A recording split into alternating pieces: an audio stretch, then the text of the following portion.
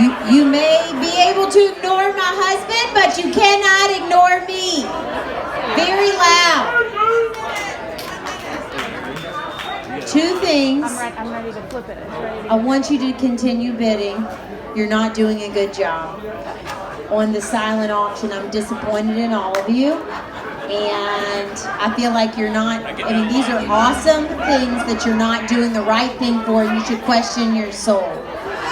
Secondly, Kevin and Libby Jackson did do the right thing, and they are presenters for the next 5 years for this event. So for the next, give me a round of applause for the next 5 years of this event. You will be here because of Kevin and Libby Jackson, that have graciously donated a lot of money to be able to make it go on every year. You're not doing your jobs buying items, so you should, again, question yourselves.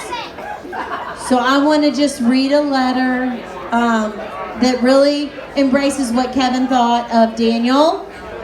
And if you're talking during it, it's beyond rude.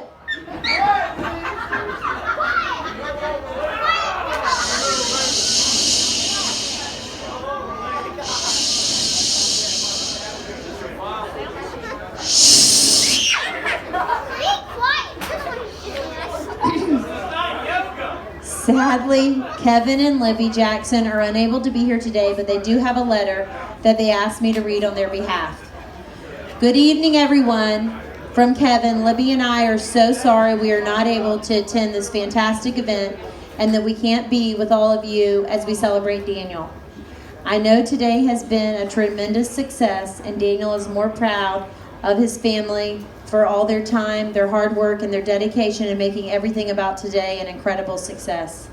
The funds raised today will go to continue the Daniel DeLoach Distance Learning Lab at Blessed Sacrament, which is most appropriate since Daniel loved all things related to technology. And beyond that, I do want to add that beyond the Distance Learning Lab, we already have a little girl who was diagnosed with leukemia last week, who we were able to call because of this fund and say, pick out anything you want to get you through your 2.5 years of chemo, to entertain you, and so that you'll be able to stay as a student and work through whatever you need to work through because of this fund. Kevin loved Daniel, and I know all of you loved him too. Daniel had the heart of a giant and that very rare form of courage that allowed him to kid himself and mock his opponent, Proteus syndrome. He even tattooed himself with it, as you all know. It did say Rhodius, just to be clear. He had the mental attitude of a giant, and I'm proud and honored to have been his friend. Daniel spelled out the word courage 24 hours a day, every single day of his life. He was the toughest young man I may have ever known, and I have met some tough ones through the years, but they all paled in comparison to Daniel.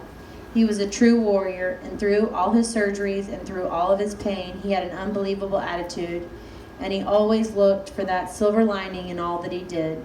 Daniel amazed each of us every day with his passion and perseverance. He never let Proteus syndrome discourage him. To be honest with you, he actually loved it. When he was told he had a different disease, he actually went against it. He said, "No, I do not. I have Proteus syndrome."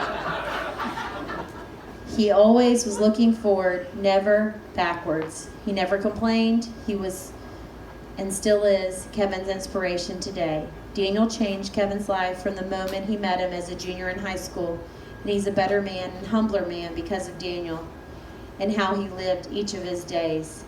We all know Daniel was good at speaking his mind and cussing. And remember, when he worked for me, Kevin, at Envirovac, that would be his only job. I could not let him answer the phone anymore because he was always telling customers how he needed to act. He had lots of drive, ideas, and goals. So now his family is taking the initiative to help finish some of Daniel's goals, and knowing Daniel, like I did, he is up there in heaven giving God an earful about how things need to be. And you know what? God is really taking some notes.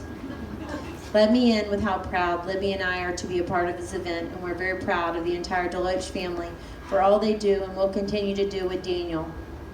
and the fund, because it keeps his legacy alive for all of us to remember how he lived his life, which should inspire each of us every day, and this pleases Daniel.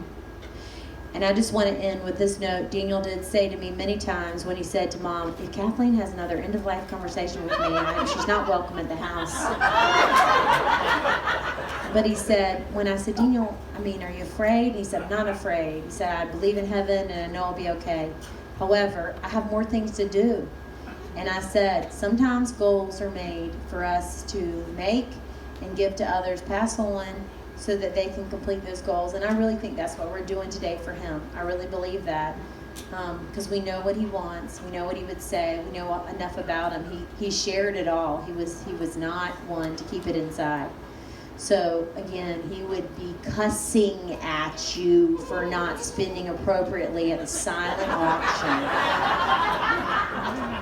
And I know that. Thank you for being here, and I appreciate you doing what you know is in your heart and your bank accounts appropriate.